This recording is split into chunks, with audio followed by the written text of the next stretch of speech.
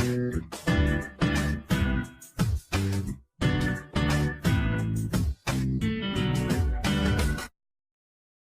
everybody, my name is Meister Blue, and welcome to the first of probably quite a few of these little updates I'm going to be doing, because I just wanted to announce what anime or video games or whatever has gotten my eye for the next upcoming month, which is October 2015 for this video. I have a list of things that because I was looking around, I'm like, I don't know any of the fall anime that are coming out, so I decided to take a look, and in doing so, I actually came across quite a few things, so I have myself a little printed out list here. These are the shows that I'm going to be, I have a personal interest in. If you know something that isn't on this list, please let me know down in the comments section, because then I can go look at it, and if I think it's worth taking a look, I will likely do videos on it and everything, so tell me if there's something I'm missing, because I can't find everything, I'm just one person.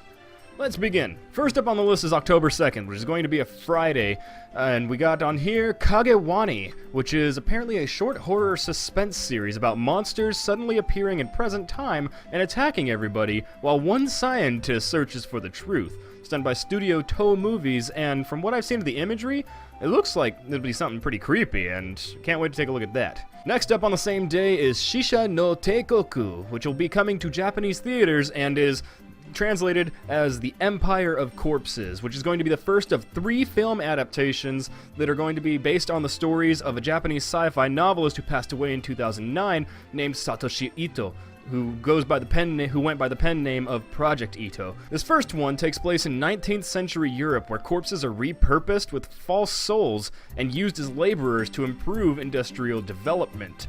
So that sounds really cool. They mention the word Frankensteins, which the trailer for it shows a lot of Frankenstein-like imagery and whatnot, and it's really cool. I love stuff that involves the living dead, so this looks like something I'd be really into. It's done by Wheat Studio, who many of you might know from Attack on Titan, but each movie that's going to be coming out, and there are 3 of them that'll be coming out in this upcoming fall to winter transition, are going to be done by different directors and different animation studios, but all of them have been licensed by Funimation and is said to come out in 2016, but they're not sure when. That one's coming to Japanese theaters, however, so there's a chance I won't be able to check that one out, although I'm going to see what I can do, because I really want to see it. From the trailer and everything, looks very interesting, looks very much like something I would be into. Moving on to October 4th, we start with Concrete Revolution.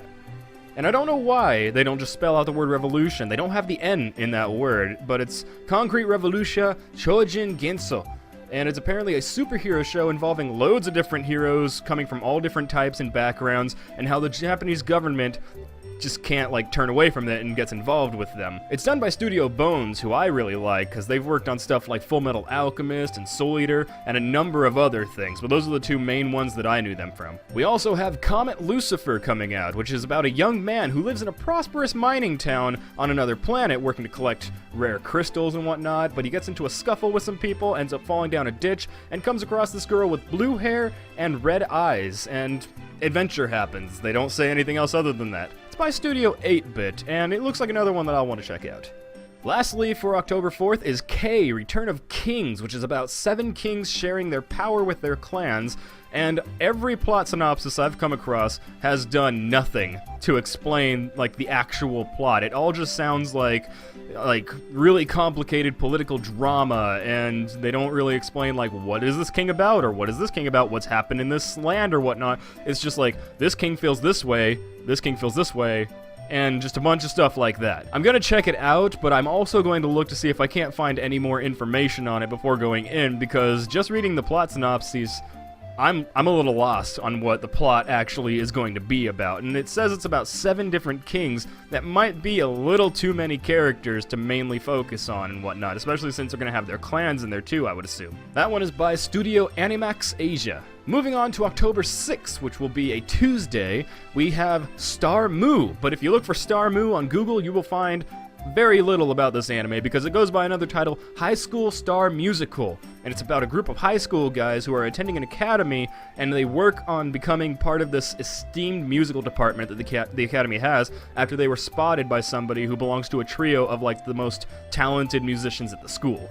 From what I've been able to see, it looks like it's going to be one of those Japanese idol band type shows, only it's going to be all about guys, which I think is really interesting because I haven't seen anything like that. The anime idol shows usually tend to focus on the girl idols instead of the Guy Idols. It's done by Studio C Station, who I don't really know much about. I'm gonna have to look them up later. The next day, which will be October 7th, has Dance with Devils, which is about a girl in high school who enjoys a normal life, living with her mother, going to school, until she finds out that a lot of the attractive guys in her class are actually demons. The plot synopsis there got me interested immediately. It's likely gonna be a reverse harem, kind of shoujo kind of thing, and I'm down. It's done by Studio Brian's Base, which I have no idea what they've done. I clicked on them and all I saw was a bunch of second key stuff and whatnot, so I don't know too much about them. I'm gonna have to look up more about them later. Moving on to October 10th, we have Valkyrie Drive Mermaid. This is an interesting one because in looking this up, I found out this is actually going to be part of a series that's involving and spanning across 3 different types of media. We have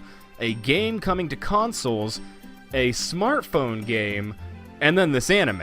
I don't know how these are all going to tie together. Maybe they're different like characters and whatnot, because Mermaid is like the subtitle here, and I don't think that subtitle is shared on either of the other 2 games. So maybe it's the same premise but different like styles of things. But I don't know. It's about a girl who is a mermaid. I don't know why they have that in quotes on all the plot synopses, who's transferred to one of these 5 artificial islands and gets attacked, but is saved by a newly transformed girl named Mireille, who, newly transformed, doesn't really explain much. While trying to save her, Mireille kisses this girl, and the girl turns into a sword, which Mireille then uses. So it sounds like it's a really weird mix on the concept of Soul Eater. It also says this is going to be a Yuri fan service, so if you guys aren't into that kind of stuff, then I'd say stay away from it probably, but I'll definitely be checking it out. It is done by Studio Arms, who again, I don't know much about. Lastly, in terms of the anime, we have October 19th, which is a little ways in the future, and it's going to be the Himoto Umaru-chan OVA, which is going to be released as a bundle with the Japanese release of the 7th volume of the manga, again by Studio Doga Kobo, who did the anime series, which I'm currently watching. I'm actually glad this one's coming out in about a month, because that gives me time to finish the anime so I can check this out when I have the ability to. Starting off with games, on October 6th, we have Dengenki Buko Fighting Climax, which is coming out for the PlayStation 3 and PlayStation Vita. This is a game that I've been following. I really want to play it. It is a 2D fighting game with a partner system, which I am horrible at fighting games, but the main draw for me is that it is all about, it's almost the entire cast, if not the entire cast, is anime characters, a lot of which from shows that I watch and extremely love. Like we have Taiga from Toradora as one of the playable characters, and we have Kirino from Oremo as a playable character, but we also have the assist characters, which involve characters from like things such as Golden Time, which, why would you have a Golden Time character in a fighting game? But the main thing is Holo from Spice and Wolf as an assist character. I want a tag team of Taiga and Holo, and I will be set for life. I'm gonna see what I can do about getting that on PlayStation 3, and if I do, I will try to record videos and whatnot. However, it is a Sega game, and Sega is cancerous to YouTube gaming, so there's a chance that my videos will not be allowed to be viewed, and if that is the case, I will do what I can to fight Content ID strikes and whatnot, but I can only do so much. And the last thing on today's announcements is a game for the PlayStation 3, PlayStation 4, and Microsoft Windows, which means it's also on Steam. It's coming out October 20th. It is Tales of Zestiria. This is going to be, I think, the 15th released game in the Tales franchise by Bandai Namco. However, like a lot of them, I don't think it's going to have anything to do with any other stories or whatnot. It's likely going to take its own plot. It claims to be returning to the series' thematic roots as established in Tales of Phantasia, and featuring a revamped battle system and open world design, which is cool because I want an anime game with open world that isn't an MMO, because honestly, getting a little tired of MMOs. I don't want to keep installing like a 20 gigabyte game just to play it for a little bit and be like, I could just play Guild Wars 2 or World of Warcraft again. I'm getting a little disheartened, for lack of a better way of putting it, with MMOs.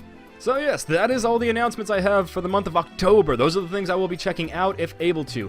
The video games especially, I might not be able to get to immediately because video games cost money, especially Tales of Zestiria is going to be upwards of $50, so might not be able to do that one. And primarily because I'm looking into getting better technology. I'm looking to getting some lights maybe so I can have a better lighting situation. I'm looking to get stuff to record PlayStation Vita games, because I have a lot of PlayStation Vita games. But yes, if there's anything you think I may have missed in terms of anime or video games based on anime or involving anime or whatnot, or even just games you think are really cool coming out in the month of October, please do not hesitate to leave comments down below, or you can go find me on Tumblr, Twitter. I also have a Facebook page, but I'm not as active on that. However, when you do leave questions or suggestions on Facebook, it does notify me, so I will respond to anything down there. A lot of these things seem really cool, and I'm excited to check them out. So, until next time, everybody, peace out.